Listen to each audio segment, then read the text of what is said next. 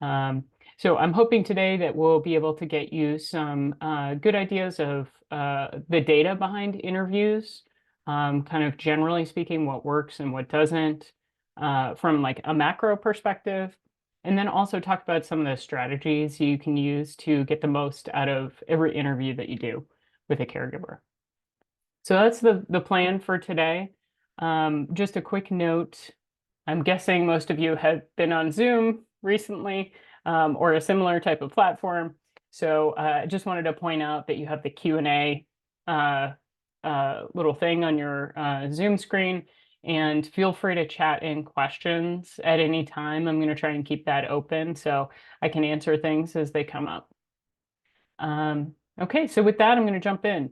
My agenda today is basically that, just making sure I'm sharing the right screen. Okay, cool.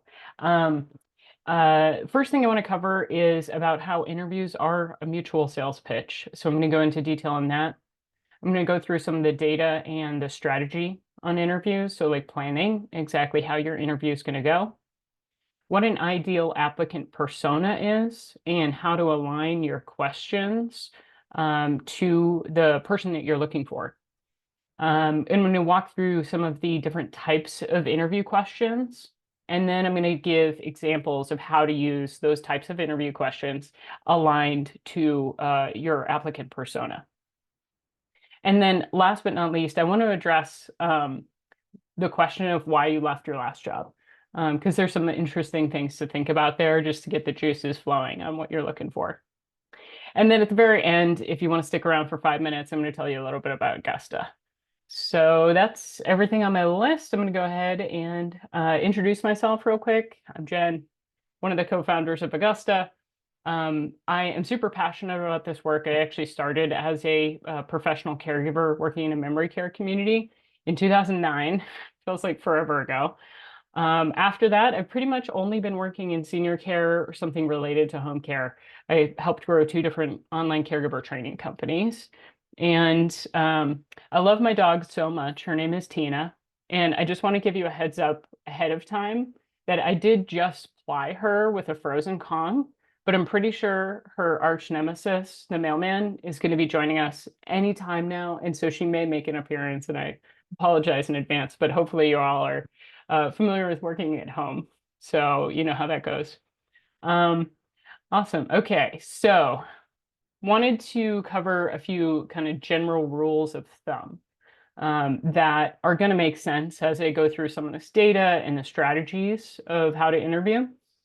But just kind of wanted to set the stage of what the general rules of thumb here are. So first off, it's a two-way street. You want to find the right fit, and the caregiver wants to find a right fit, even though sometimes in an interview, it's hard to suss that out. But it is really what's going on. Like, we need caregivers. They're inherently integral to what we're doing. So it's a two-way street. Keep that in mind. Really important to think about who you actually want to find. So I'm going to dig deep on that applicant persona. And related to that applicant persona, you need to decide what types of questions you use to get the information that you actually need. Always ask the same applicant or same questions to every single applicant. That's a key thing. If you're not doing that, then a lot of things can go wrong. Verify the information that you're asking the applicant by asking it again in a different, typically a different point in the hiring process, either a second interview, some other future point. And then be aware of your own state's hiring rules. I am not a lawyer. I don't pretend to be one. So there are certainly things to think about in terms of what your state's hiring rules are and what you can ask and what you can't. Okay, so digging in on interviews or a mutual sales pitch. As I said, we wouldn't be here if it weren't for caregivers. And they're stressful, not only in the sense of a lot of times, especially in home care, we're in a position of unfortunately desperately hiring. I think we've all been in that situation where we're like, wow, we really need a caregiver right now. So it's stressful on both ends. But when you think about the caregiver's perspective, they usually need the job. Like it's not a question of if, they absolutely need it. Like we know that this is a very financially sensitive population. They make $30,000 a year or less, according to PHI. And so it's really inherently stressful for them. So one of the things that has come out as a strategy based on the data is making sure that you introduce your company as a mutually beneficial opportunity for them. So I put up on the screen here an example of what I mean by a mutual sales pitch. It may sound a little bit different than what you could be doing now, but it's something to think about based on the data that we know in terms of it being stressful for both parties. And really, when you think about it, I mean, both of you really want to find the right fit.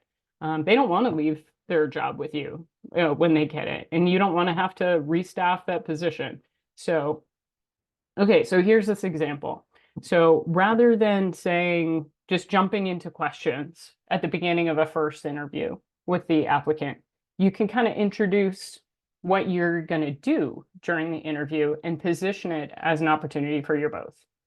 So excited to talk with you today. Before I jump in, I want to make sure you know we're genuinely looking for the right fit for our company and for you. The call today, it's going to be about 20 minutes. I'm going to ask you questions about the locations you're willing to travel to, your schedule, any certifications you have, relevant experience for this job. And I want to make sure you know, I really want you to ask questions too. And then at the end of this conversation, if we both decide that there's a fit here, the next steps would be this. So that's one way of making it more of a mutual sales pitch. I know that may sound very different, but if you think about it, this isn't somebody, a lot of times what happens with caregivers is that they seem like they could be a good fit, but you can't hire them now because you don't have the matching case. So this is a way to set up the conversation so that way you can say, listen, it's not necessarily right now, but it could be in a month from now. So I want to build a relationship with you, rather than just saying yes or no forever, right? So that is about how to make a mutual sales pitch.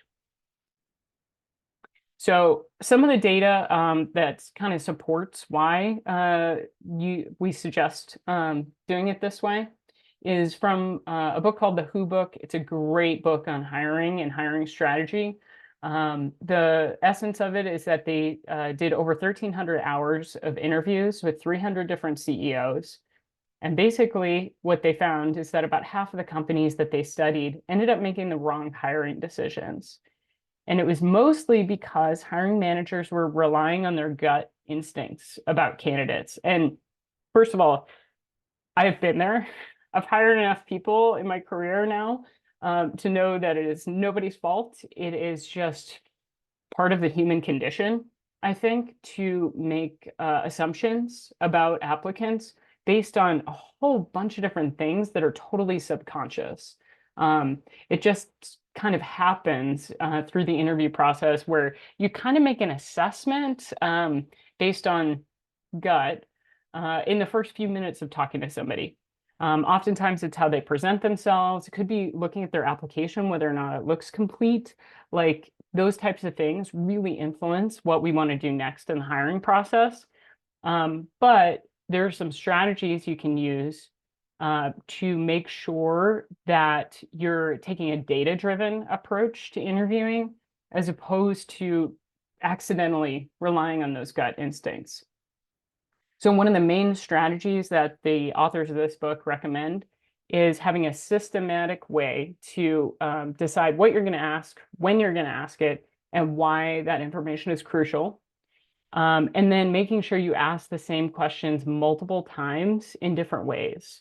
That's a really strong approach to verifying what they're saying, which is often one of the things that we're trying to figure out when we make assumptions about somebody. We want to try and see or feel out if they're honest or not. Like those types of things, you can actually get that information in a bit more of a objective, systematic way by just planning that you're going to ask a question about their work experience in the first interview, and then the same question again in a different way in their second interview. That's a great way to verify in a very objective way about whether or not what they told you the first time was correct, basically. So, okay, so I want to talk a little bit more about these assumptions that we tend to make about applicants. So I kind of alluded to it. There's something called unconscious bias and affinity bias. They're kind of similar concepts, but unconscious bias is basically when you inadvertently reinforce stereotypes. So like, for instance, I've met somebody who looks like this person before, and so they must be like that person, basically. And it's totally subconscious. It's just like human condition type stuff. I'm not a scientist in that way. I just know it's something that's been studied quite a bit that happens regularly. Affinity bias, very similar, where you unconsciously gravitate gravitate towards people who seem similar to you in some way. So like, oh, we went to the same school. So I kind of inherently am a little bit more like connected to you. So that's an example of affinity bias. So these things are literally happening all the time as you have that first conversation with an applicant, or even a lot of times when you look at their resume or application. A lot of times caregivers don't have a resume, right? But they, submitted a job profile on a job board, and you look at it, it doesn't look complete. I can't really tell. So therefore, you already have this slight bias against them, and it's totally subconscious, right?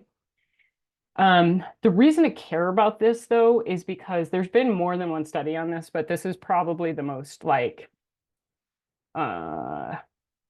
strongest data point out there, is that there was a 2019 study where it basically demonstrated that about a fifth of all US economic growth in the last 50 years is attributed to having a diverse workforce. So that's on the macro level. But if you think about it, it's really the same concept as what happens on a daily basis in terms of the people that you hire.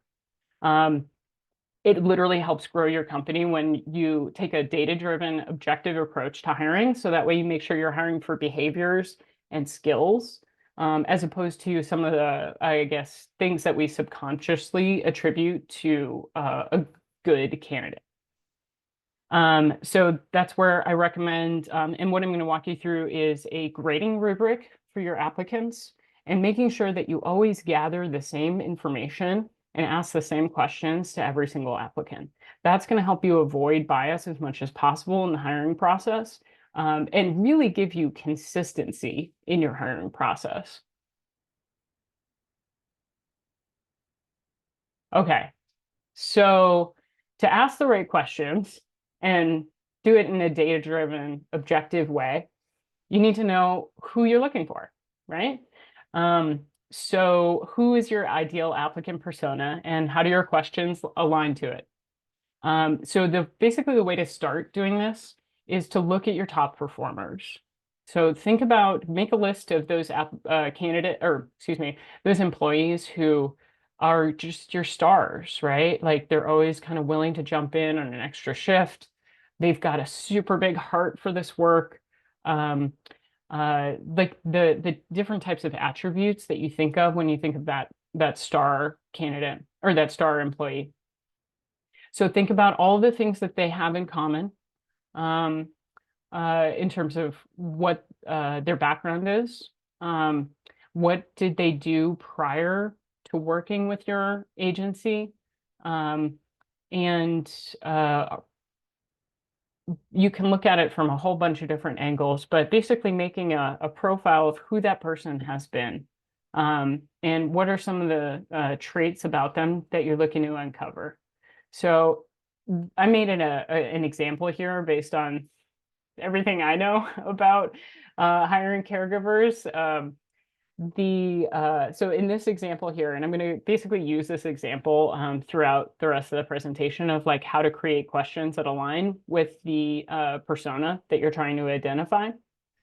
So for instance, your top performer might be somebody who has cared for friends and family in the past, leading you to know that they're a compassionate person.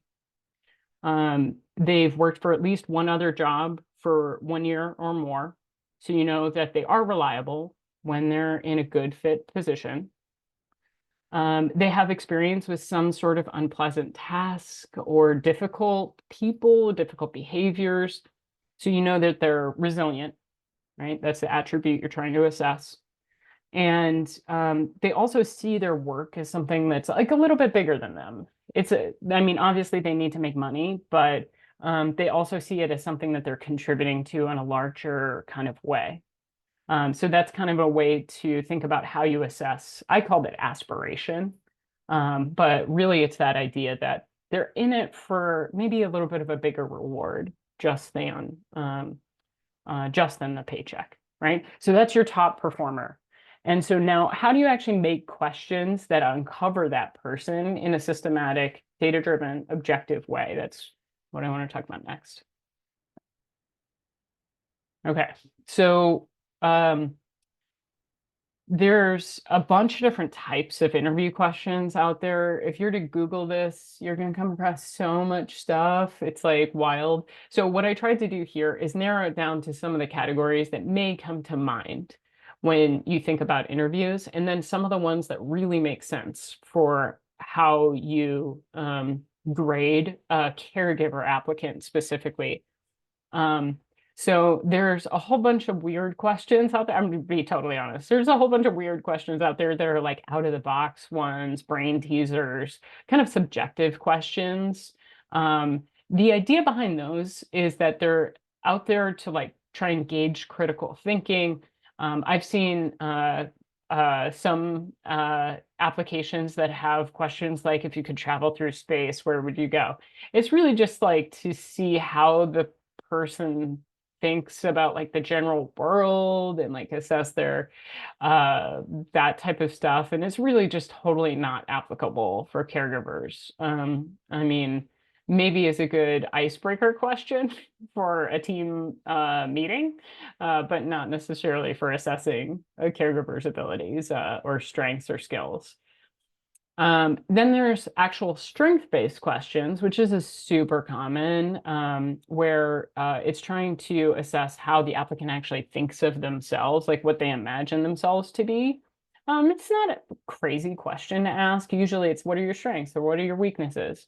The reality is, though, and I'm sure everybody's been in an interview where they did this themselves, people kind of try and game this answer a little bit. They'll say something that sounds positive, and they'll oftentimes turn a weakness into something that sounds kind of positive too.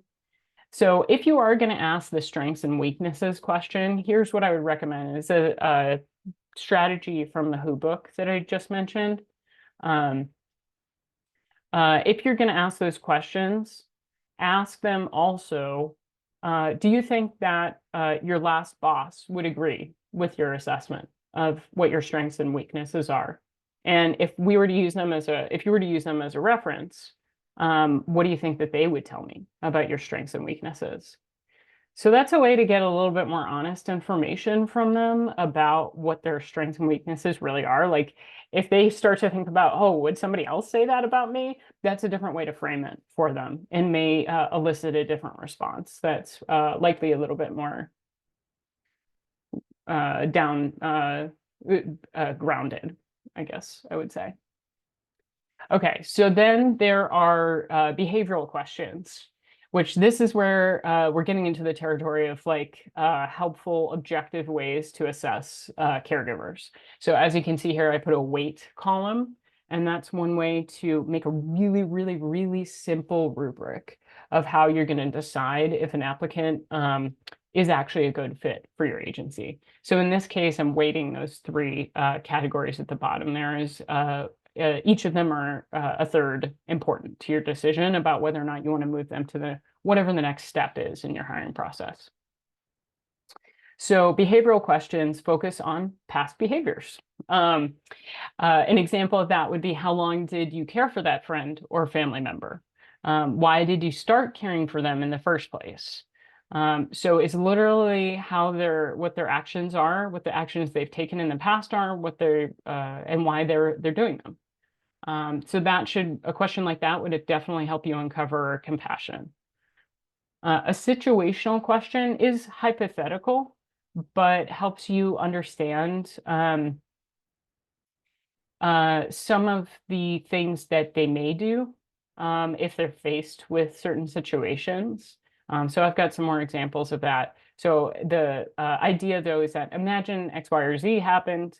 What would be your next steps to tackle that situation? So that way you're already getting them to think ahead about like difficult situations that might come up and gauging at least a little bit of their mental process of what they would do to change whatever the situation is. And then last but not least, competency-based questions. They are entirely focused on the skills that somebody has learned to use. And so that could be soft skills or it could be hard skills. And I've got some examples of that. So a little bit more of a soft skill is tell me about a time when something really difficult happened at work. How did you respond? So that should uncover like the literal steps that they've taken in the past to try and fix the situation. But you can use that in the present also. So that's a past example, but I'll show you what I mean. So I'm just going to mention real quick, don't hesitate to use that Q&A box there on the Zoom screen if you do have any questions. I'm happy to answer those as we go along.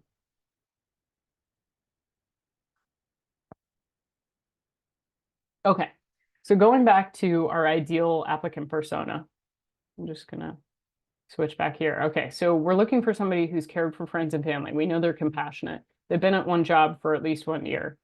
They have experience with unpleasant tasks or difficult behaviors. We know they're resilient. And they see themselves as part of a bigger picture. They have some sort of aspiration for the world. Okay, so this isn't everything, but these are just a few examples of using these types of questions to gauge some of those specific attributes that you're looking for. So a behavioral question for this type of candidate would be, what was your last position where you stayed with the company at least 1 year? Pretty obvious, right? What did your daily work include? And would your manager be a reference for you if you were to be, to work with our company? So that's a way to make sure that you've got solid information from them and very directly assess one of your primary concerns of whether or not this person has the ability to be reliable. Because a lot of times, I guess I will say kind of as a side note to this, a lot of times people job hop because it's not the right fit. It wasn't the right fit for the company. It wasn't the right fit for the employee. And there's like a million reasons why that could be. But if they are able to say that they've been at one job for at least 1 year, then it's worth asking what the heck, what was the stuff that you were doing that made it a good fit for you? What did your daily work include? So that way you know if like their daily work included,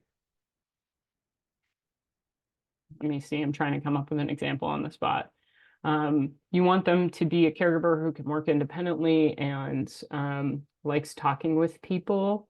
But their last job where they stayed for a year was primarily doing paperwork in an office. I mean, and that's where they found that they could stay at the job for a year. I mean, that's not a great example, but you kind of get the idea of what I mean, hopefully. It just isn't the type of job where they were able to stay doesn't match what you're looking for, right? So a situational question to assess some of the skills that you're looking for. And this is a common one with caregivers, right?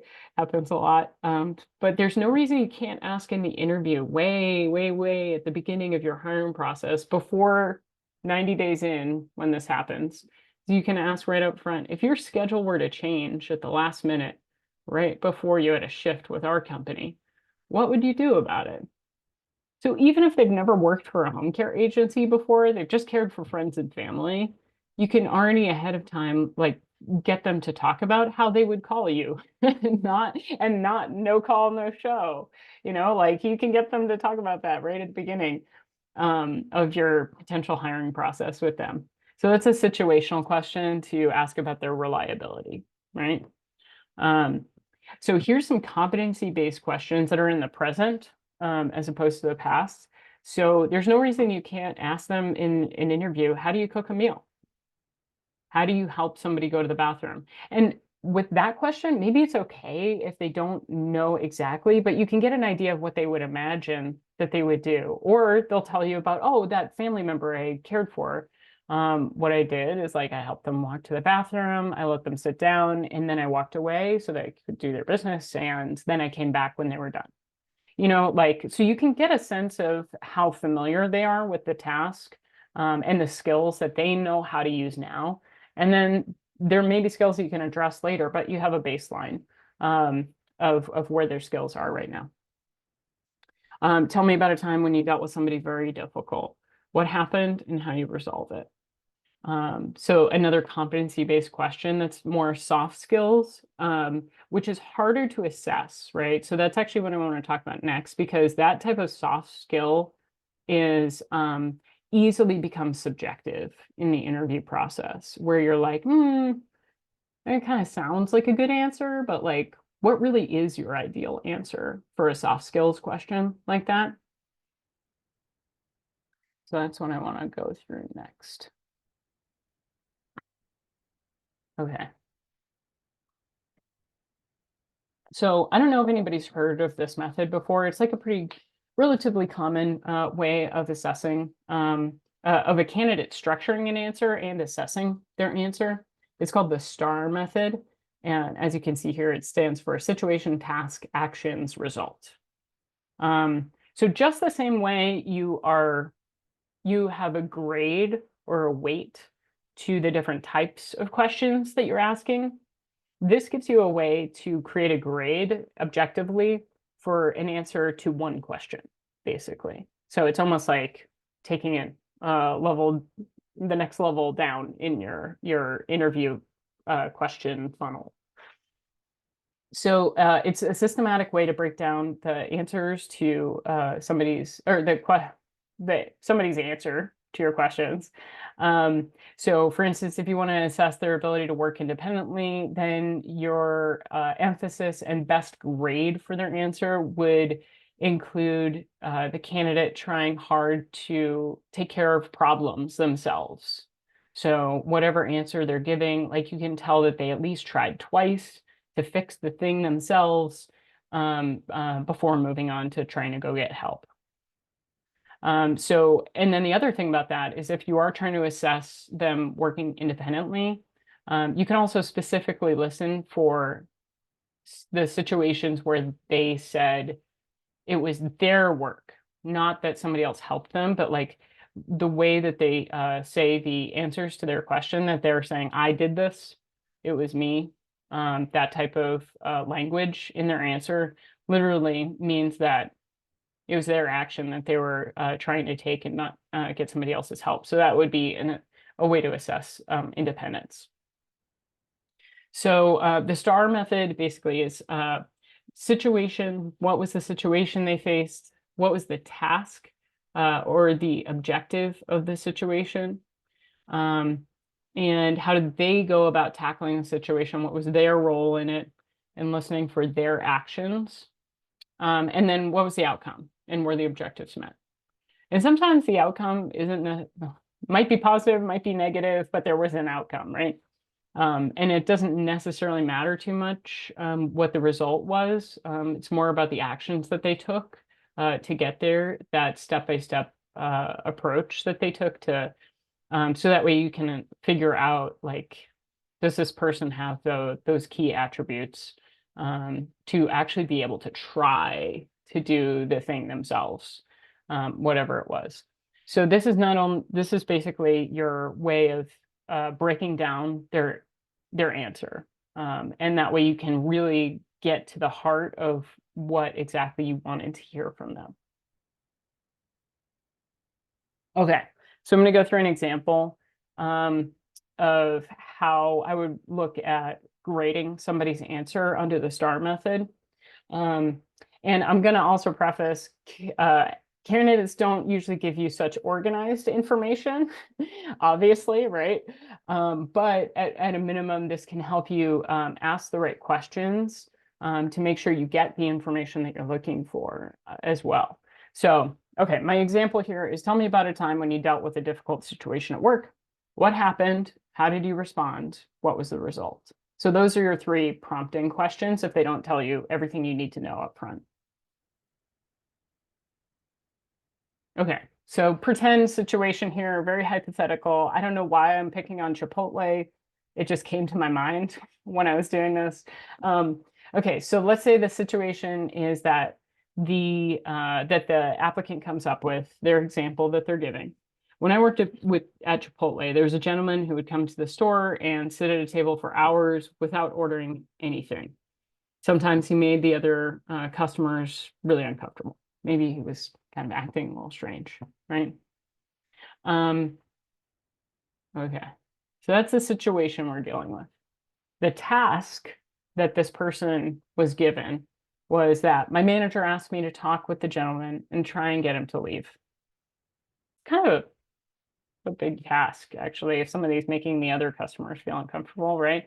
Kind of stressful thing to deal with for a lot of people, especially compassionate people who have a lot of empathy, might be kind of a challenging thing for them to do, right? So the action then is that the applicant says, I brought this customer a cup of coffee and I asked them how their day was going. I let them know that our tables are for customers and asked him where else he could go. I had to reiterate that unfortunately he can't stay here, but especially if he's not going to be ordering anything and might be disruptive to other people.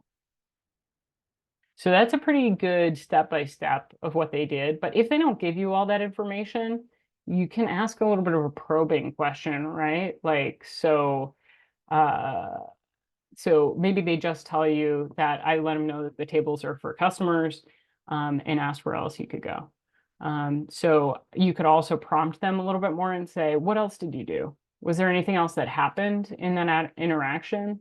And then how did he respond to it when you actually said that to him? So you can like current probe a little bit for more information because a lot of candidates do have a hard time like giving you the whole story, but it's not necessarily because they're trying to conceal something. It's just they may not be like great at communicating in that way, but you can get it out of them if you just ask a couple probing questions about that, especially if you know already the actions that they took are like the most important part of your answer. It's worth like probing a little bit on that. Okay, then the result is the gentleman started getting really irritated and he was yelling. So what I did is I actually went and got the store manager. I just like couldn't get this guy to leave the store, unfortunately. But after they talked with the manager, they did actually leave the store. So that's a really nice example, right? Where it's just like, this is too perfect, right? This is not real life.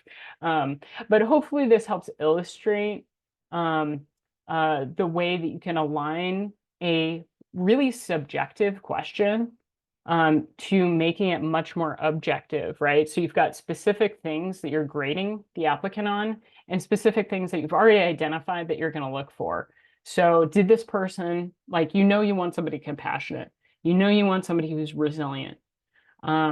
So did they actually demonstrate some compassion in the way that they approach this situation? And I mean, for me, I would say yes, right? It's pretty clear. They brought the person a cup of coffee and said, how's your day going? He's somebody who was in the store and making the other people feel uncomfortable, but this person approached it in a really open, like kind of generous way, right? So that's very compassionate. And did they demonstrate resilience? They asked the person twice. They did a really kind way of approaching them and said 2 times that they couldn't stay here, that they needed to leave the store. So that's demonstrating resilience. Like, there's a lot of people out there who might have just asked once and given up, right? But this person, they made an effort twice to make it happen. And they knew when they needed help. They said, oh, I'm in over my head. This guy's yelling. I need help, right? So that's a systematic way to break down an answer and specifically get at what your ideal applicant profile is. Feel free to use the chat if you have any questions at all, thoughts, comments. Okay, so I'm on my way to wrapping things up here in this presentation.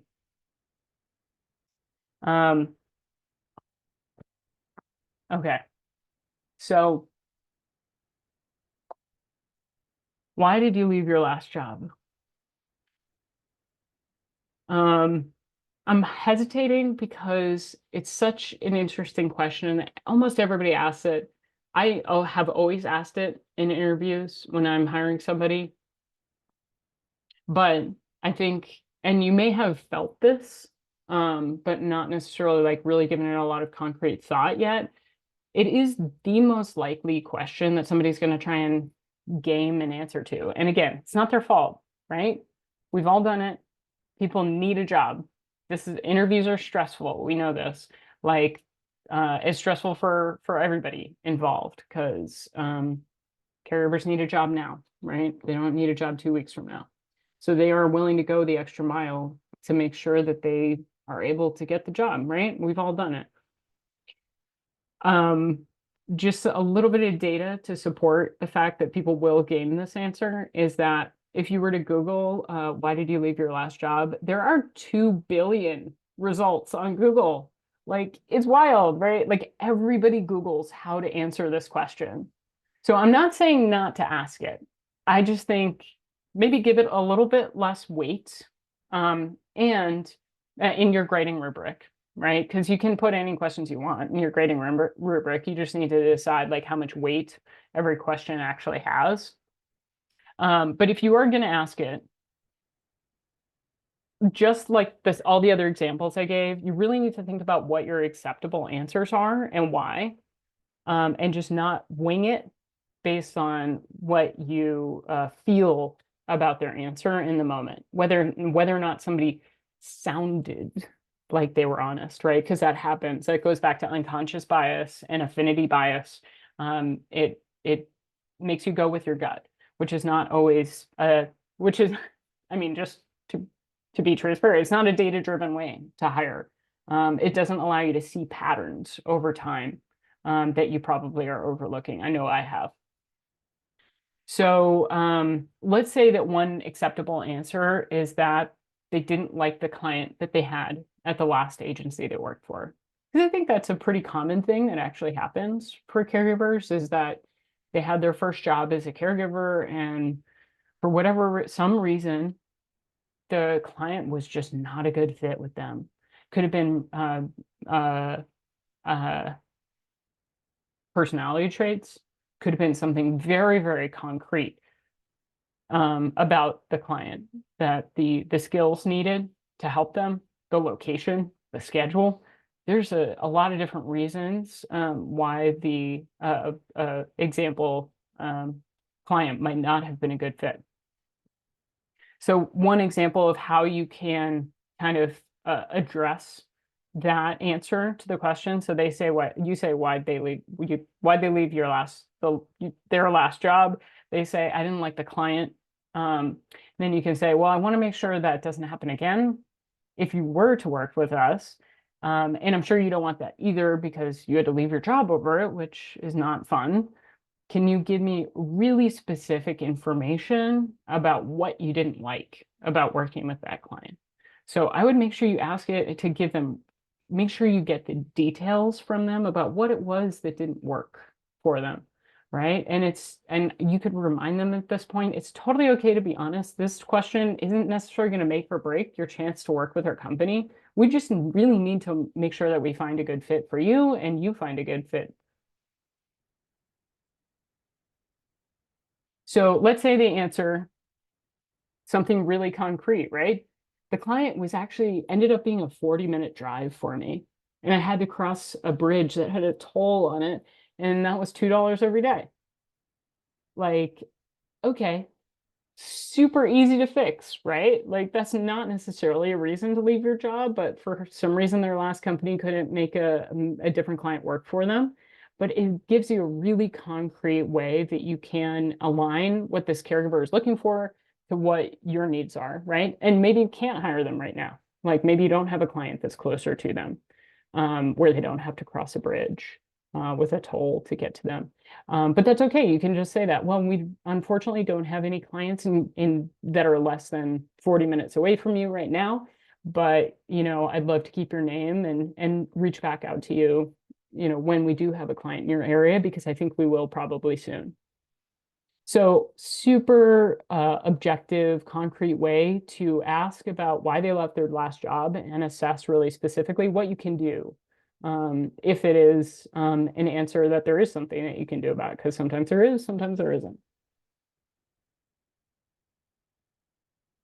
I think I noticed that there's a chat. It's a good point. So one person chatted in and said if they didn't like the client, why didn't they contact the office and have another client assigned to them? Communication is key. Totally. Yeah. And that's another great question to ask. I think that even could be a follow-up question, depending on what they answer, right? They say, I didn't like the client. And then you could say, oh, were you not given the opportunity to contact the office and see about getting matched with somebody else? Is that not something the last company allowed?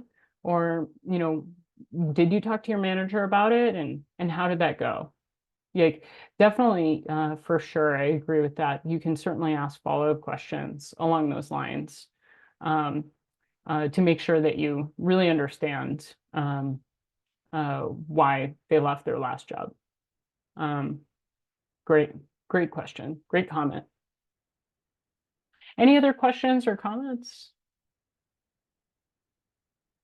Okay, well, we are just about at the end of our time here. So I'm going to go ahead and if you were just here for the information on caregiver interviews and their answers and strategy for planning your interviews, then I'm done with that part.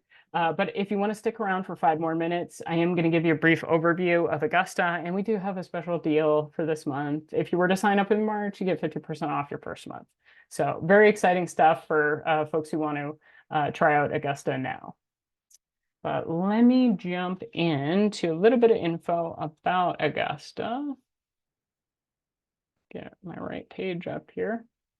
Okay, so one of the things that that I've been addressing in this presentation, but is worth pointing out really, really clearly about what Augusta does, is that usually what happens is that the recruiter does not get enough information to make systematic assessments about applicants from their resume or application that they submit.